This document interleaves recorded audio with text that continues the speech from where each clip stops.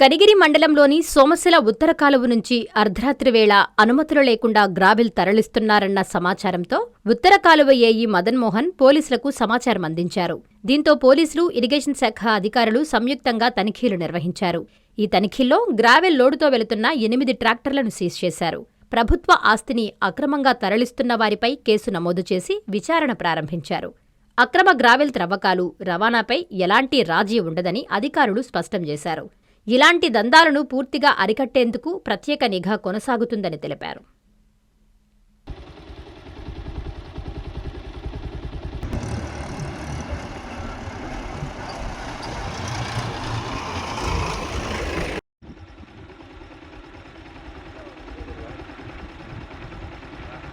నేను Atmakur division division మాట్లాడుతున్నాను. మధుమోహన్ రావు నా పేరు. ఈ మధ్యకాలంలో ఉత్తర కాలువ మట్టిని అక్రమంగా చాలామంది తీసుకుపోవడం జరిగింది. నిన్ననే ఎంఆర్ఓకి, ఎస్ఐ గారికి రిపోర్ట్ ఇవ్వడం కూడా జరిగింది. ఈరోజు ఇప్పుడు అర్ధరాత్రి 1 గంట ప్రాంతంలో ఇన్ఫర్మేషన్ రావటము ఒక 10 బండ్లని సీజ్ చేయడం కూడా జరిగింది, పట్టుకోవడం జరిగింది. ఇదే విధంగా దీనికి అందరూ సహకరించాలని కోరుతున్నాము. ఇదే విధంగా ఇప్పటికీ 2-3 సార్లు జరిగింది.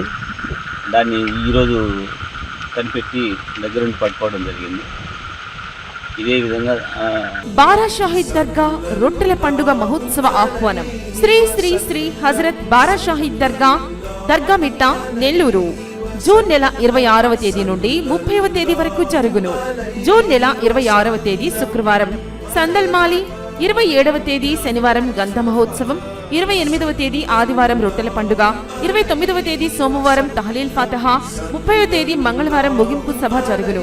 కావున భక్తులెల్లరూ విచ్చేసి చందన ప్రసాదములు స్వీకరించి శ్రీ బారా షాహిద్ కృపా కటాక్షములు పొందగలరు.